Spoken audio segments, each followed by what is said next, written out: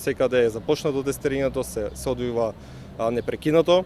Се појавуваат, како што беше и некако очекувано, посетни технички проблеми, каде што директорите или администраторите во тие училишта, значи се јавуваат директно во кол центарот, има 30 луѓе кои се на располагање 24 часа да одговараат на прашања поврзани со било какви технички проблеми. Слушнавме од наши другарчиња од Никола Карев дека кај нив паднал системот и не знам дали се уште успеле да го уклучат или го одложиле екстерното од денес. Да, и во други некои училишта, како што кажа.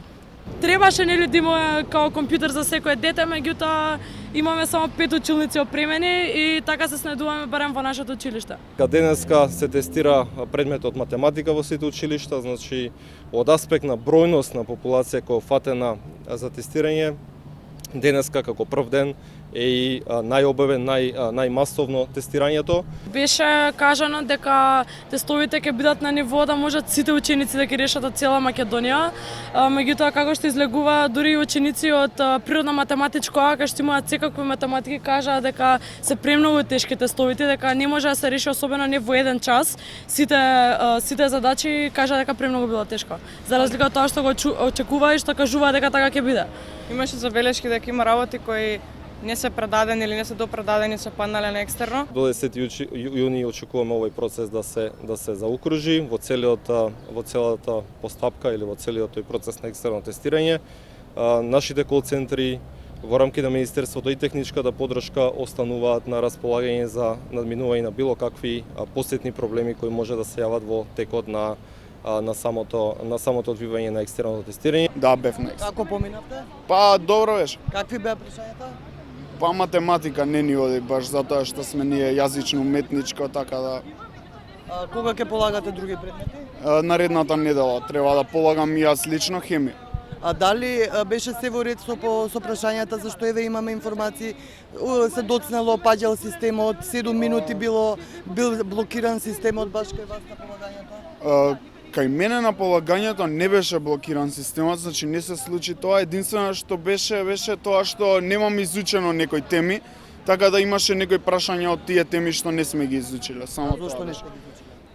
Па не знам, тоа е вајда од професорите, не ни ги предавале, не им било по програмот. Да, по програмот. Некои лекции што не биле предадени беа на тестот и само тоа им бил најголем проблем, уствари тоа што се губи поени од тоа што ако не ги решат прашањата, нели? Постојат 200.000 прашања. И самиот софтвер е еден од, како што напоменав, најкомплексните софтвери кои се изработени до сега во Македонија и по обемноста на податоците и по обемноста на луѓето кои се офатени. Можни се индивидуални такви недостатоци во делот на некои тестовите што се појавуваат. Тоа се многу индивидуални, многу мал број на случаи. Имаат јасно добиено инструкции наблюдувачите и училиштето како да постапат во една таква ситуација. Нормално, ако има такви ситуации, истото и тоа е едно прашање ќе биде исклучено од самиот тест. Меѓутоа, многу поважно е дека кога ќе се вратат резултатите, а веќе морам да напоменам дека голем број од училиштата почнаа и со враќање на резултатите кон државниот испитен центар по комплетирање на самите тестови. Значи таа грешка или тој недостаток може да се увиди од нивна страна, така да има јасно изработени корективни механизми и тоа не треба да создава никаква основа за било каква забуна или недостаток, како што напоменав.